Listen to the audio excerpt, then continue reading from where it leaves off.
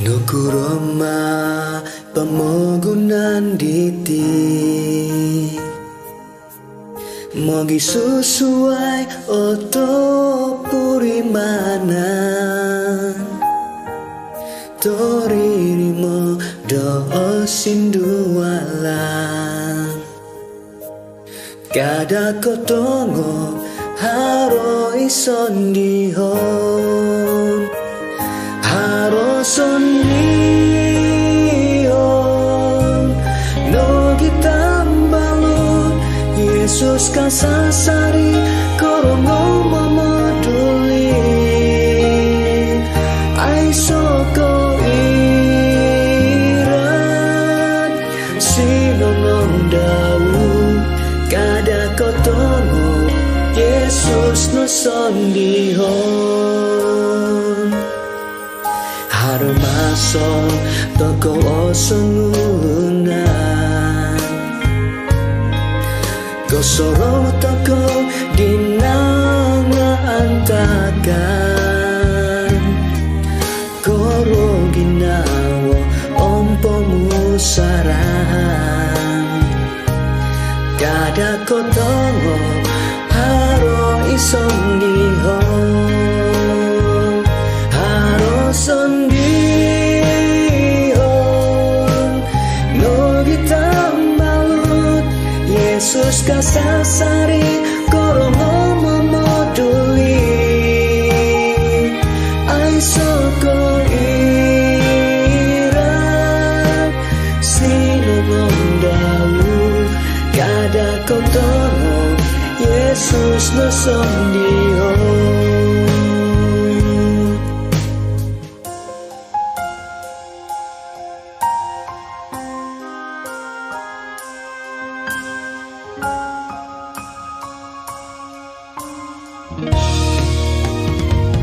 Haro sondihon no gitambalun Yesus kasasari korongo momoduli Ay soko iran sinunong daun Kada kotongo Yesus no sondihon Kada kotongo Yesus no sondihon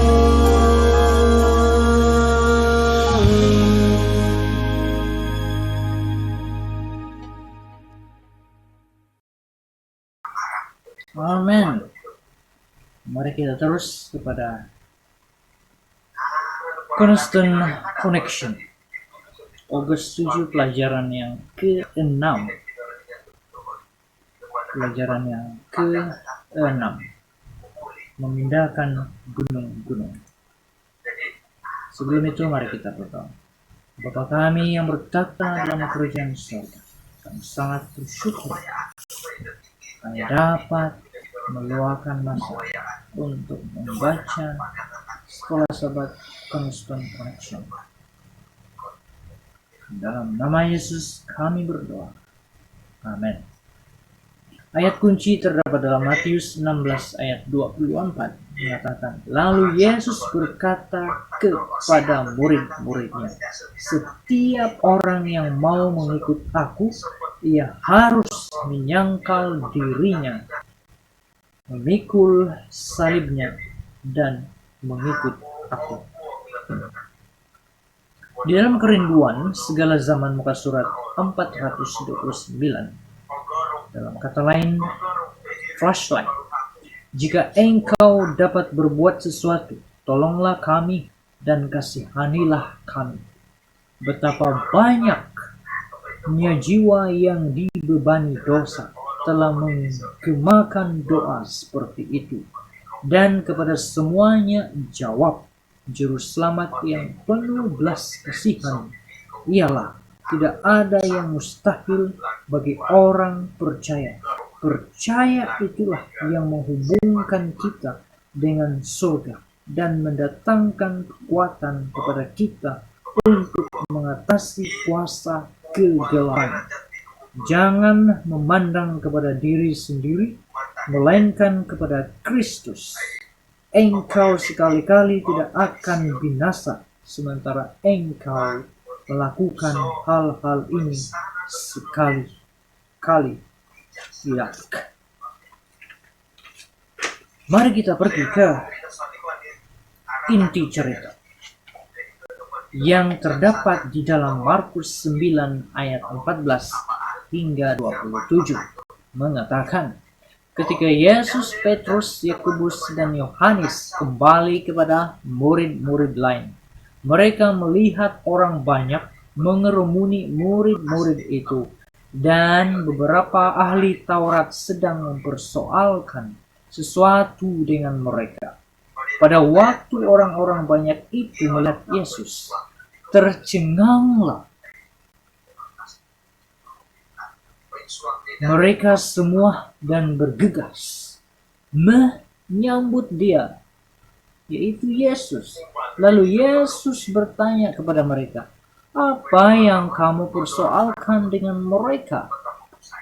Kata seorang dari orang banyak itu, "Guru, anakku ini kubawa kepadamu karena ia kerasukan roh yang membisukan dia.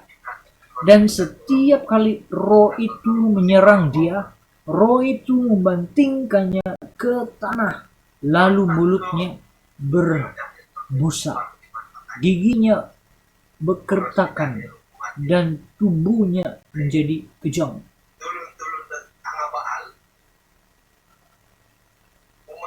Aku sudah meminta kepada murid-muridmu supaya mereka mengusir roh itu, tetapi mereka tidak dapat." Maka kata Yesus kepada mereka, "Hai kamu, angkatan yang tidak percaya, berapa lama lagi aku harus tinggal di antara kamu? Berapa lama lagi aku harus sabar terhadap kamu? Bawalah anak itu kemari." Lalu mereka membawanya kepadanya, itu kepada Yesus. Waktu roh itu melihat Yesus, anak itu segera digoncang-goncangnya, dan anak itu terpelanting ke tanah dan terguling-guling, sedang mulutnya berbusa. Nggak tahu apa itu berbusa, mungkin berbunyi, tidak pasti. Kita boleh tanya sahabat kita yang lama di Indonesia, mereka mengetahui ini. Lalu Yesus bertanya kepada ayah anak itu, "Sudah berapa lama ia mengalami ini?" Dia tanya. Jawabnya, "Sejak masa kecilnya, dan seringkali roh itu menyeretnya ke dalam api ataupun ke dalam air untuk membinasakannya. Sebab itu jika engkau dapat berbuat sesuatu, tolonglah kami dan kasihanilah kami," katanya. Jawab Yesus, "Katamu jika engkau dapat, tidak ada yang mustahil bagi orang yang percaya." Segera ayah anak itu berteriak, "Aku percaya, tolonglah." Dia kata, "Aku yang tidak percaya ini."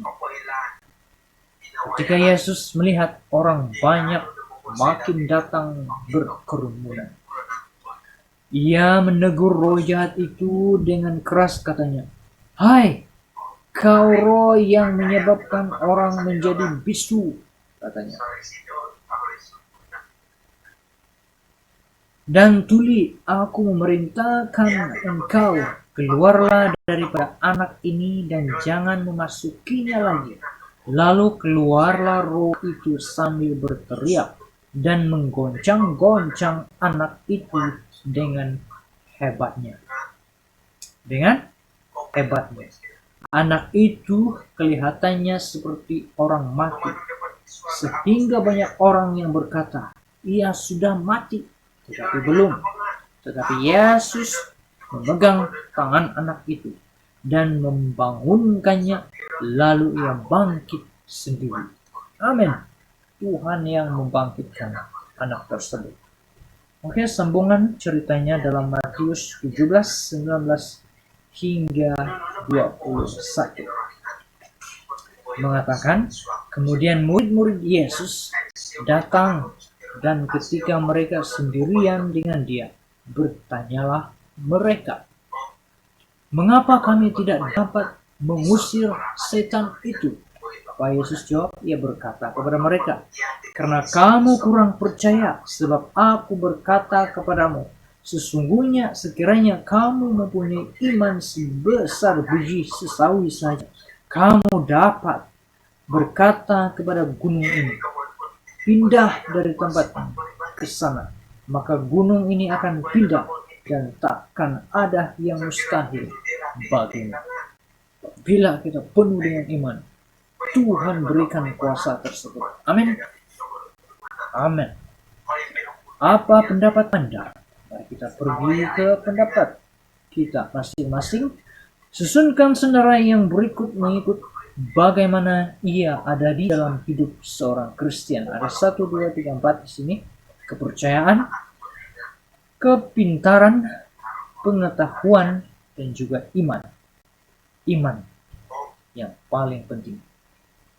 Dia suruh juga menerangkan mengapa Anda menyusun senarai itu dalam kedudukan yang sedemikian. Sebab iman itu penting bagi saya. Lepas iman, apabila kita ada iman, kita boleh percaya. Dan kita sudah percaya kepada Tuhan, kita mempunyai kepintaran. Di dalam kepintaran, kita diberikan Tuhan pengetahuan. Kalau pintar saja tidak cukup. Kita perlu ada pengetahuan. Kalau pintar ini, dia hanya mengetahui di buku teks. Tapi dia belum tentu dia boleh lakukan dengan apa? Dengan betul. Dia hanya mengetahui. Itulah kepintaran. Jadi pengetahuan itu praktikal. Kita boleh lakukan juga. Kita boleh buat. Begitu juga menggunting rambut. Kita tahu macam mana gunting rambut. Perlu ada gunting. Perlu ada sikat rambut. Ada layer, gunting layer yang mau disuruh. Kita tahu itu lah yang diperlukan untuk gunting rambut. Jadi bila kita ada pengetahuan, kita boleh lakukan. Kita boleh menggunting, kita boleh sikat dia dengan baik-baik. Itulah pengetahuan. Jadi kepintaran tidak cukup. Kepintaran hanya 10%. Pengetahuan kita perlu ada 90%.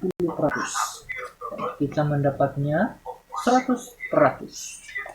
Kita pergi ke tahukah Anda? Tahukah Anda? Ini satu pertanyaan yang perlu kita jawab. Perkataan murid didefinisikan sebagai prinsip, yaitu menggantikan peranan guru-guru mereka. Yesus sudah mengutus murid-muridnya untuk melayani, dan mereka telah menyembuhkan orang sakit, mengusir kuasa-kuasa kegelapan. Tidakkah itu sudah cukup untuk membuatkan mereka percaya? Tidak. Orang-orang pada zaman dahulu percaya bahwa gunung-gunung berakar jauh di bawah bumi. Gandri 1982-353. Oleh sebab itu, memindahkan gunung-gunung adalah satu ajaran orang Yahudi yang biasa digunakan untuk menggambarkan suatu perkara yang kelihatannya mustahil untuk dilakukan. Tapi dalam Tuhan itu mustahil. Dengan ilustrasi ini Yesus menunjukkan bahwa walaupun kita boleh memindahkan gunung, itu hanya menyentuh permukaan kehidupan yang beriman. Apa yang boleh kita lakukan dengan iman yang lebih besar daripada biji sesawi, seperti anak-anak yang baru mulai berjalan. Kebanyakan kita baru saja memulakan pengembaraan di dalam iman. Diambil daripada BibleGateway.com. Jadi kita terus belajar berjalan walaupun jatuh banyak kali. Kita terus berjalan sehingga kita dapat berjalan. Nah, jangan takut jatuh. Kalau takut jatuh, tidaklah pandai jalan sampai selama-lamanya. Mari kita pergi ke kupasan luar cerita. Kita tanya diri kita apa yang kita telah pelajari sebentar tadi. Pada pendapat Anda, apakah yang dimaksudkan oleh Yesus apabila Dia berkata, "Hai kamu, angkatan yang kurang percaya, berapa lama lagi aku harus tinggal di antara kamu?" Matius 17 ayat 17. Kata di sini, apa pendapat Anda? Apakah yang dimaksudkan oleh Yesus bila Dia berkata ini? Dia tidak mau lagi pergi ke surga. Jadi kita harus mengetahui bahwa orang-orang di sekeliling itu harus percaya pengikut Yesus, murid Yesus, supaya mereka dapat disembuhkan. Itulah yang Yesus katakan, kamu harus sedia bahwa saya akan pergi ke surga nanti, saya tidak lagi. Jadi yang membantu adalah murid-murid Dia, perantara untuk Tuhan. Jadi kita harus percaya pemimpin kita yang penuh iman kepada Tuhan.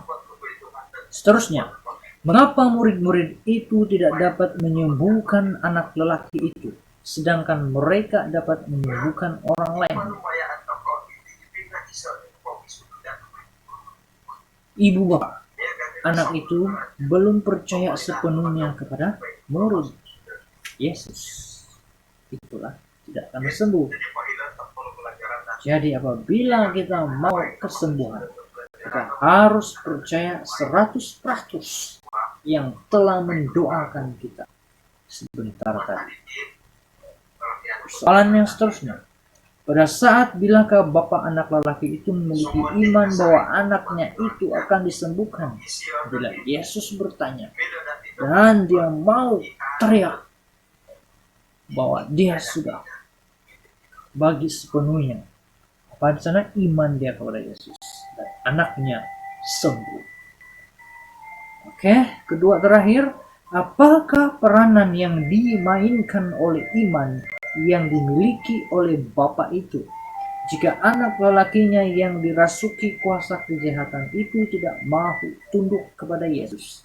Bagaimana ini akan memberikan kesan kepada Anda pada hari ini apabila ibu bapak Anda mendoakan Anda? Sudah tentu kita tidak akan sembuh.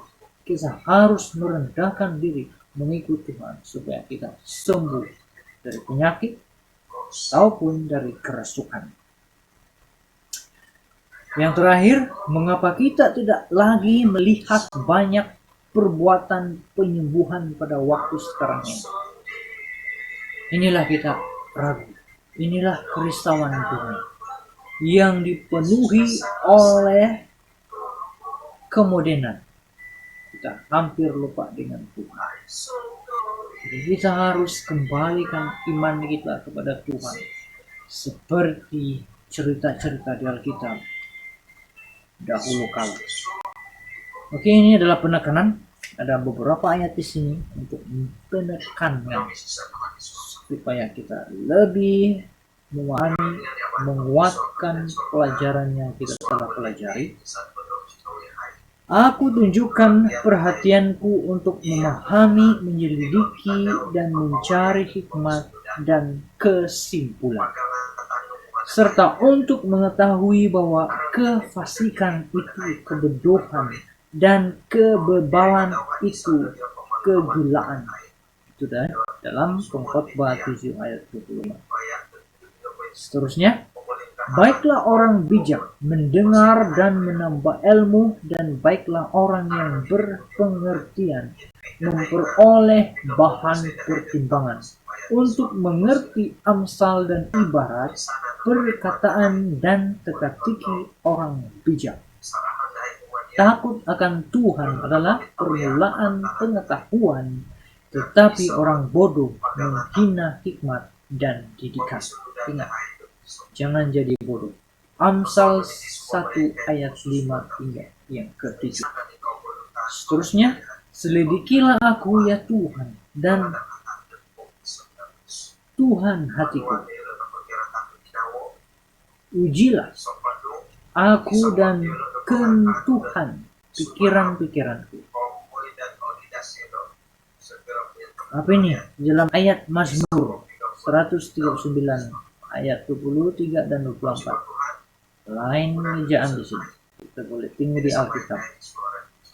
Pikiran-pikiranku, lihatlah apakah jalanku seorang, dan tuntunlah aku di jalan yang kekal. Amin. Kita meminta pimpinan Tuhan untuk jalan kekekalan.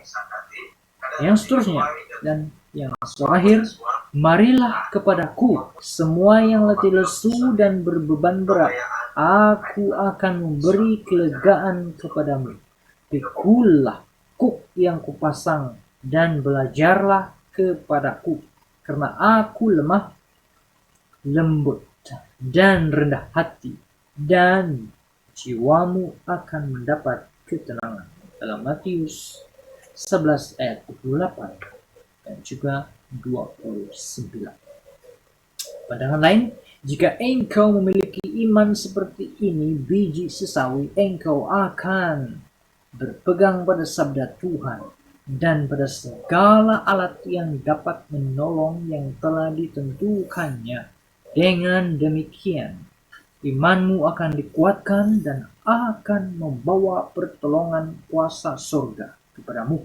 Ellen G. White, Kerinduan Sebuah Zaman, Surat 43. Jadi, bagi yang ada sekolah Sabat dan yang belum ada sekolah Sabat, berusaha kamu minta dari pastor, dari elder kamu, ada sekolah Sabat masing-masing. Kamu boleh baca berhubung kepada kehidupan. Ini sangat penting untuk kita baca masing-masing.